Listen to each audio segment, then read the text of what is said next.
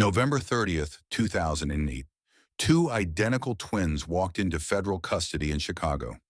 They were not broke, they were not cornered, and they were not being dragged in by force. Pedro and Margarito Flores had helped move tens of tons of cocaine through America, made millions every month, and had direct access to El Chapo himself. But hidden inside their story was something more dangerous than money: recordings, phone calls, evidence, and one decision that would destroy an empire while putting a permanent target on their own backs. The twins from Little Village, before Pedro and Margarito Flores ever sat across from cartel leaders, before the secret recordings, before the courtroom testimony that helped bury El Chapo, they were just two boys from Little Village, Chicago. They were born in June of 1981 into a family where the line between home and crime was already blurred. Their father, Margarito Flores Sr., had been arrested just months before their birth, caught with heroin while his wife was still pregnant. By the time the twins entered the world, their father was already on his way to prison, and the shadow of that absence would follow them long before they were old enough to understand it. But when he came home, he did not return as a warning. He returned as a teacher. Most boys learn from their fathers through small things: how to throw a baseball, how to fix a bike, how to stand up straight when life gets hard. Pedro and Margarito learned something else. They learned how cars could hide secrets. They learned how packages could be tucked inside hidden compartments. They learned how narcotics moved across borders, how cash moved back, and how silence inside a family could become more powerful than any lesson spoken out loud. To the outside world, their home may have looked ordinary: another working-class Mexican-American family trying to survive in Chicago.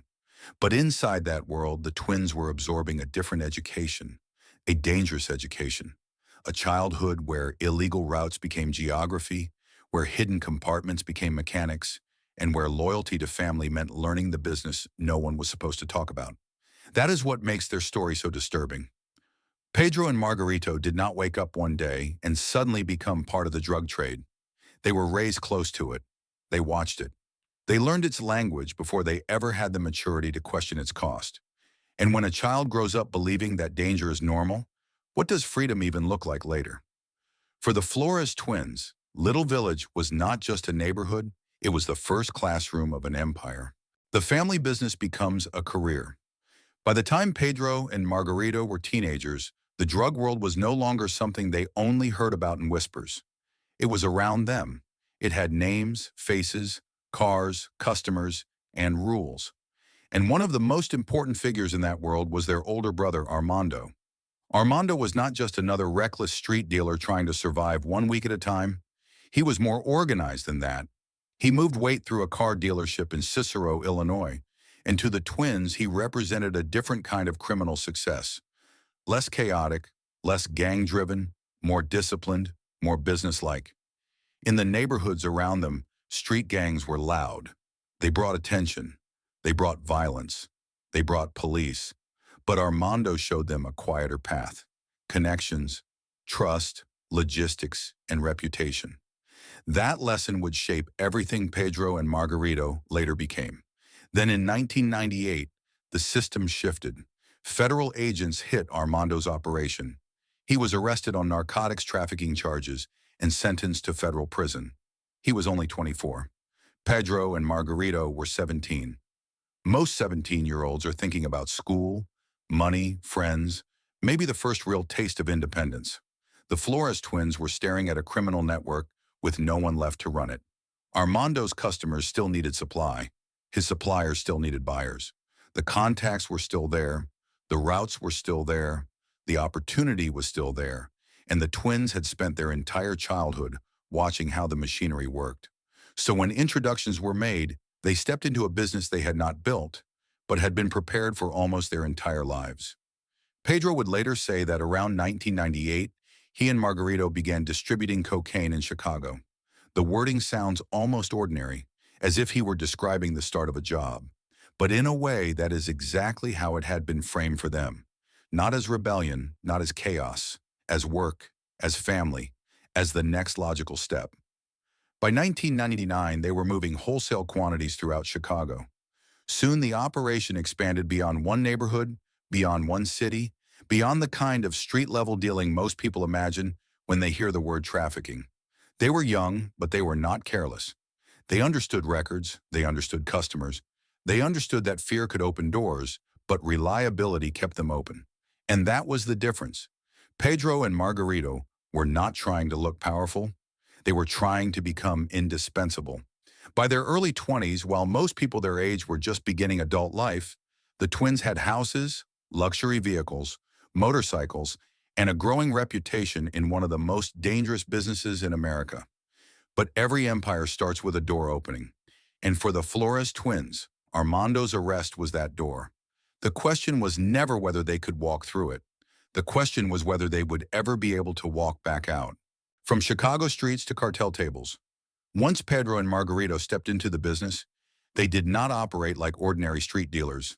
They thought bigger. They moved quieter. And they treated trafficking less like street chaos and more like a distribution company hidden inside American life. Chicago became their center of gravity. From there, their network began reaching outward. Milwaukee, Detroit, Columbus, Cincinnati, New York, Philadelphia, Washington, D.C., and even farther. The product moved city to city, customer to customer, while the money flowed in the opposite direction, back toward Mexico. But what made the Flores twins dangerous was not just volume. It was discipline. They kept records. They tracked transactions. They understood supply, timing, trust, debt, and reputation. In a world where one careless mistake could bring police, violence, or cartel suspicion, they survived because they were organized. They were not trying to impress people on corners. They were trying to build something invisible, and for a while it worked. The twins learned how to choose stash houses in places people would not suspect. Nice neighborhoods, quiet streets, places where neighbors saw clean driveways and ordinary homes, not the hidden machinery of a narcotics pipeline. That was the genius of their operation. The more normal something looked, the safer it became. By their early 20s, Pedro and Margarito were no longer just inheriting someone else's contacts. They were building their own empire. They had luxury vehicles, motorcycles, multiple houses, and access to a level of money most people only see in movies. But money was not the real power. Access was. And as their reputation grew, they became more valuable to the suppliers above them. The Mexican cartels did not need loud men. They needed reliable men. They needed people who could move huge quantities through American cities without drawing attention. They needed people who could collect millions in cash and send it back across the border. Pedro and Margarito became that bridge. Two young men from Chicago standing between cartel supply and American demand. And once they became that bridge, everyone wanted to control them. That is the hidden danger of becoming indispensable. At first, it feels like protection. People need you, people respect you, people answer your calls. But in the cartel world, being needed does not make you safe. It makes you valuable. And valuable people are not allowed to simply walk away. By the mid-2000s, the Flores twins were moving closer to the highest levels of the Sinaloa cartel. They were no longer dealing only with local contacts or small intermediaries. They were approaching a table where the decisions were bigger, the money was heavier, and the consequences were final. Then one accusation changed everything. $10 million was said to be missing. A middleman wanted control. Pedro refused. And suddenly the business they had built with precision turned into something older, darker, and much more brutal. Because the next time Pedro disappeared, it would not be the police who took him. It would be men with masks. Pedro disappears in 2005. The Flores twins were already moving serious weight, but they were still connected through a middleman named Guadalupe Lupe Ledesma, an old associate tied to their father and linked to the Sinaloa cartel. For a while, the arrangement worked. The twins moved product. Money flowed. Everyone got paid. Then Lupe came with an accusation that could not be ignored. $10 million was missing. He wanted it back. But according to the twins, they did not owe it. That kind of disagreement in the cartel world is never just an accounting problem. It becomes a test of power. Lupe did not only want money, he wanted control, warehouses, customers, routes, the entire operation the twins had built. Pedro and Margarito refused, and that refusal changed everything. Pedro received a call for a meeting. He went. Then the trap closed. Masked men stormed in, armed and ready, beating him, stripping him down, handcuffing him, and making him disappear. Just like that, one half of the Flores operation was gone. For 15 days, Pedro was held captive, barely fed, barely given water, beaten and left waiting for whatever came next. And in that world, waiting may be the worst part, because everyone knows what cartel captivity usually means. It means uncertainty first, then fear, then silence. This was not even the first time Pedro had been kidnapped. In 2003, a Chicago crew had taken him during another dispute, and Margarito had paid a ransom worth millions in cocaine to get him back. But this time was different. This was not local street pressure. This was cartel business. And cartel business did not leave much room for negotiation. Margarito understood that if he moved too slowly, his brother might never come home. So he made a decision almost everyone around him would have called insane. He would go above Lupe. He would go directly to the man powerful enough to reverse the order. El Chapo Guzman. But meeting El Chapo was not like asking for a favor from a businessman. It meant flying into cartel territory. It meant trusting pilots, armed escorts, and men who had no reason to let him leave alive. Margarito took the one thing that could save Pedro: the records, ledgers, numbers, transactions, proof. The twins had always been organized, and now that discipline became more than a business habit. It became Pedro's only chance. Margarito boarded a small plane and flew into the mountains of Mexico, toward a dirt landing strip carved into dangerous territory. When he arrived, armed men escorted him to a compound. There, the man he had come to see was waiting: El Chapo, short, watchful, powerful, and surrounded by the kind of authority that did not need to be shouted. He studied Margarito carefully, because men did not simply walk into that world and walk back out. Margarito opened the ledgers. He showed the numbers. He explained that the debt was not real. And in that moment, his brother's life depended on whether El Chapo believed the paperwork of two young traffickers from Chicago. Then the decision came. Pedro would be released. He was later dumped on a desert road with a key and a phone, alive after 15 days of captivity. When the twins reunited, the relief was mixed with something much darker. Because Margarito had not only saved his brother, he had opened a direct door to El Chapo himself. And sometimes the door that saves your life is the same door that traps you forever. Trusted by El Chapo. After Pedro survived the kidnapping, the Flores twins were no longer just another American connection. They had been tested. They had been watched. And somehow they had come out closer to the source. For Pedro, the next meeting with El Chapo was not just business. It was personal. This was the man who had ordered his release, the man who had the power to decide whether he lived or disappeared forever. When Pedro flew into the mountains of Mexico, the atmosphere said everything before anyone spoke. Remote territory, armed men, a compound where rules were not written down because everyone already understood them. On the way in, Pedro saw a prisoner chained to a tree. It was not explained to him. It did not need to be.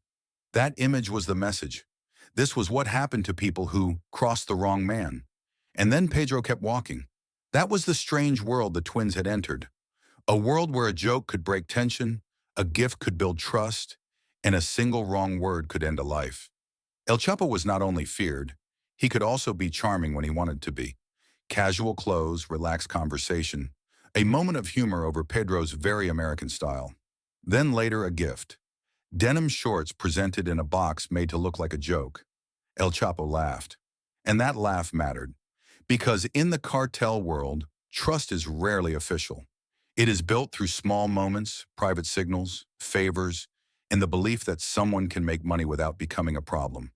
From that point forward, the twins had something almost no American traffickers had: direct access, no more middleman controlling the relationship, no more Lupe standing between them and the cartel leadership.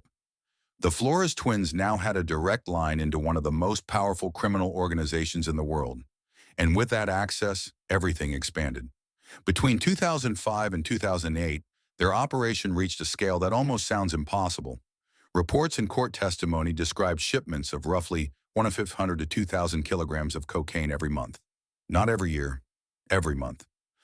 Over time, the totals reached tens of tons. Chicago became the hub. From there, narcotics moved outward across the United States, while millions in cash moved back toward Mexico. The twins were not simply selling drugs. They were managing a pipeline: trucks, hidden compartments, stash houses, trusted customers, bulk cash, timing, risk. Every piece had to move correctly because one mistake could expose the whole machine. And the money was enormous. The kind of money that changes how people see themselves.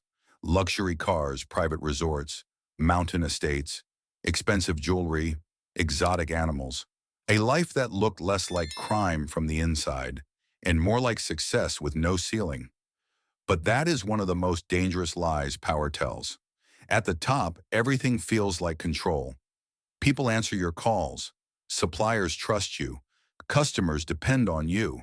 Money arrives constantly. But the higher the Flores twins climbed, the less room they had to move. They were connected not only to El Chapo, but also to other major cartel figures, including Ismael El Mayo Zambada and Arturo Beltran Leyva. For a short time, that made them incredibly valuable. They could do business with powerful men on different sides. They could move product at a scale few people could match. They could turn American cities into distribution points for cartel supply. But power in that world is never stable. It shifts. It watches. It remembers every debt, every favor, every betrayal waiting to happen. And by 2008, the alliances around them were beginning to crack. The same relationships that made the twins rich were about to trap them between enemies who no longer trusted each other. They had reached the dream every trafficker thinks he wants: unlimited access, unlimited money, unlimited danger. And the worst part was this: by the time Pedro and Margarito realized they wanted out, they had become too valuable to leave alive. This wasn't a gang. It was a machine. Before the betrayal, before the recordings, before the courtroom testimony, it is important to understand what the Flores twins had really built. This was not a loose street gang moving product from corner to corner. It was a machine, a criminal logistics system hidden inside ordinary American life. Stash houses in quiet neighborhoods, trucks with secret compartments, customers spread across multiple cities, cash moving back through carefully arranged routes, and at the center of it were two brothers who understood something many louder criminals never did. Power is not always about being feared. Sometimes power is being reliable enough that the most dangerous people in the world need you. That was why the government wanted them, and that was why the cartel could never truly let them go. The decision to flip: by 2008, Pedro and Margarito Flores were living inside the kind of success that should have made them feel untouchable. They had access. They had money. They had cartel trust. They had spent years building a pipeline so efficient that it seemed almost impossible to stop. But beneath the surface, the world around them was changing. And in the cartel business, change usually arrives with blood behind it. The old balance was breaking apart. El Chapo Guzman and Ismael El Mayo Zambada were no longer aligned with Arturo Beltran Leyva the way they had once been. Former partners were turning into enemies. Territories were becoming battle lines. And the Flores twins were caught in the middle because they had done business with all sides. That was the nightmare. They were useful to everyone, but trusted completely by no one. If they chose one side, they could be killed by the other. If they tried to stay neutral, both sides could suspect them. And if they made one wrong move, their money, their families, and their lives could disappear overnight. For Pedro, the crisis became even more personal when his wife became pregnant. A child changes the future. But for someone trapped inside a cartel pipeline, it also forces a terrifying question: what future is there to give?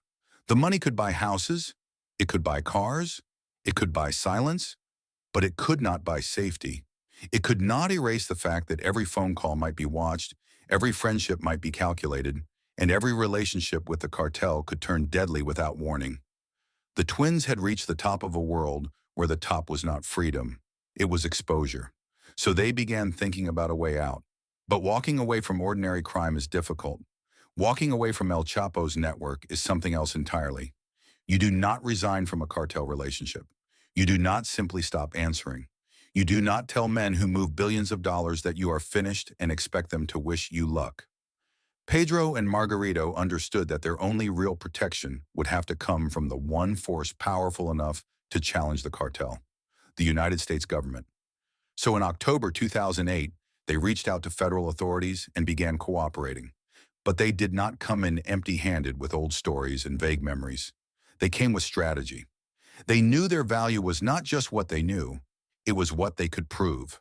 Names mattered, roots mattered, ledgers mattered, but recordings would matter more. That meant they had to keep operating while secretly gathering evidence. They had to speak with cartel contacts while hiding their cooperation. They had to sound normal while every conversation could expose them. And they had to do all of this while knowing that discovery would not mean arrest. It would mean death. This is where their story becomes morally complicated. Were they suddenly trying to do the right thing? Were they thinking about their families? Were they afraid of being killed in a cartel war? Or were they simply making the smartest move available to men who knew the walls were closing in? Maybe it was all of those things at once. People often want crime stories to have clean turning points. A villain becomes a witness. A criminal becomes useful. A betrayal becomes justice. But real life is rarely that clean. The Flores twins had helped flood American streets with narcotics for years. Their cooperation did not erase that. It did not undo the damage. It did not make them heroes. But it did create one of the most dangerous opportunities federal investigators had ever seen.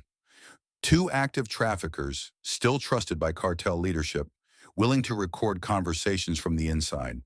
The twins were not just leaving the empire, they were preparing to hand the government a map of how it worked. And to do that, they would need something almost impossible. They would need El Chapo himself on the phone call that could have killed them. Getting El Chapo on the phone was not simple. Men like him did not just answer calls from anyone. There were layers, burner phones, trusted contacts, coded language, timing, and the constant understanding that one strange question, one awkward pause, one wrong tone could make a person disappear. Pedro and Margarito knew that old stories would not be enough. If they wanted real protection from the government, they needed evidence that could not be explained away. They needed voices, they needed conversations, and more than anything, they needed El Chapo to speak. So they chose a move that violated the rules of the business. After receiving a heroin shipment, Pedro called to renegotiate the price. In the drug world, that was not just bold. It was dangerous. You did not accept product from a cartel leader and then complain about the price. You did not create tension after the shipment was already in your hands. And you definitely did not make the boss feel disrespected. But that was exactly why the move mattered. It was serious enough to require a direct conversation. The phone rang. El Chapo answered. And somewhere, federal agents were listening. On the surface, it sounded like a business negotiation. Kilos, price, numbers, a request for a better deal. But beneath every word was a hidden threat. Pedro had to sound natural. Too nervous, and Chapo might sense something. Too aggressive, and the conversation could turn dangerous. Too careful, and it might not produce anything useful. So he played the role he had spent years perfecting. A trusted trafficker, a man talking business, a man who belonged in that world. El Chapo discussed the shipment. The price came down. The conversation continued, and every second that passed became evidence. This was the kind of recording investigators dream about and witnesses have nightmares about. Because once that voice was captured, there was no going back. The twins had crossed a line that cartel leaders do not forgive. They were no longer just cooperating. They were actively helping build a case from inside the machine. Over time, they recorded dozens of conversations with cartel members and associates. But the calls with El Chapo were different. Those were not rumors, not secondhand stories, not the testimony of someone trying to save himself without proof. Those were direct conversations with one of the most wanted men on earth. For the government, it was historic. For the twins, it was a death sentence if anyone found out. Then came November 30th, 2008, the day the story had been moving toward from the beginning. Pedro and Margarito walked into federal custody in Chicago. Not as men who had lost everything. Not as men dragged out of a raid. But as men who had decided that a prison cell might be safer than the empire they helped build. Their first night behind bars should have felt like punishment. Concrete, steel, no luxury, No servants, no mountain estates, no cars, no easy money. But according to those close to them, it felt like something else. Relief. For years they had lived with cartel power around them, cartel suspicion above them, and cartel violence waiting beneath every deal. Now, for the first time in a long time, the walls around them were not only holding them in, they were keeping something else out. That is the strange truth at the center of the Flores Twins story. Sometimes prison is not where the danger begins. Sometimes it is the first place a person finally feels alive enough to breathe. But freedom from the cartel was never going to come clean. And the price of those recordings would soon reach the one person they could not protect, their father. The father's price. In 2009, while Pedro and Margarito were deep inside federal cooperation, their father made a decision that everyone around him knew was dangerous. Margarito Flores Sr. wanted to go back to Mexico. He said it was for personal business.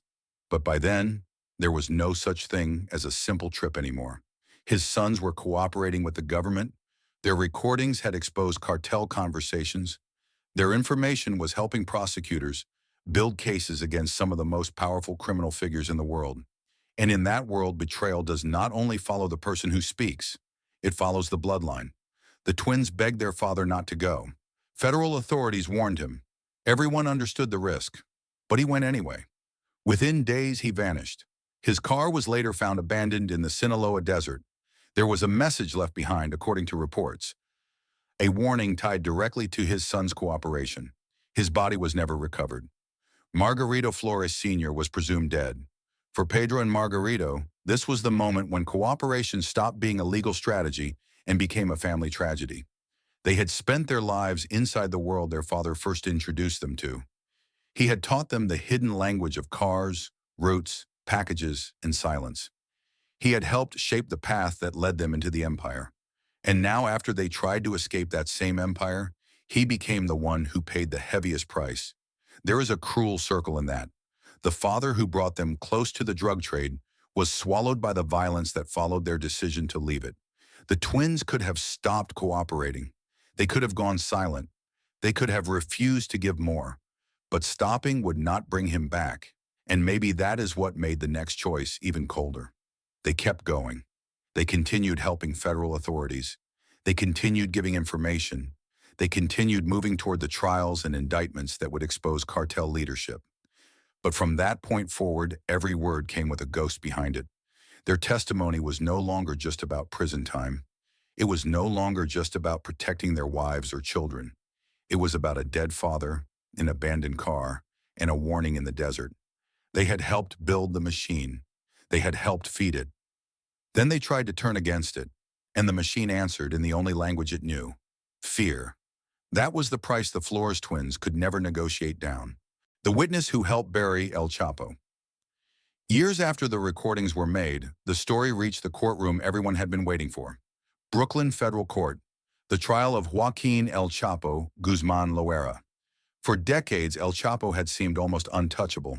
He had escaped prisons, moved through mountains, built tunnels, commanded loyalty, and turned fear into a kind of power that crossed borders. But inside that courtroom, power looked different. It looked like evidence. It looked like testimony. It looked like voices captured on recordings that were never supposed to exist. Pedro Flores walked in as one of the prosecution's most important witnesses. He was not a distant observer. He was not repeating neighborhood rumors. He had done business with cartel leadership. He had moved product through American cities. He had spoken directly to El Chapo, and he had survived long enough to tell the jury how the system worked. He described the Chicago operation, the stash houses, the routes, the money, the scale. He explained how tons of narcotics moved through what looked like ordinary American life, and how millions of dollars traveled back toward Mexico. For the defense, Pedro was an easy target in one sense. He was a convicted trafficker, a cooperating witness, a man who had every reason to reduce his own punishment. But the problem was that Pedro did not arrive with only words. There were ledgers. There were records. There were recorded calls. And those recordings made the story harder to dismiss. In the end, El Chapo was convicted and sentenced to life in prison, plus 30 years. A man who had built his legend on escape was sent to a place designed to erase escape from the imagination. ADX Florence, a supermax prison, concrete, isolation, silence. The kingpin who once seemed beyond reach was now locked away for the rest of his life. But for Pedro and Margarito, this was not a clean victory, because every word of testimony made them more valuable to prosecutors and more hated by the people they had betrayed. They helped put El Chapo in a cage, but in doing so, they built a different kind of cage around themselves. One made of new names, hidden addresses, guarded movements, and the permanent fear that someone, somewhere, still remembers. Survival is its own prison. After prison, the Flores twins were technically free, but freedom is a complicated word when you have betrayed one of the most dangerous criminal organizations in the world. For most people, leaving prison means trying to rebuild a normal life. For Pedro and Margarito, normal was gone forever. Every street could feel like a risk. Every stranger could become a question.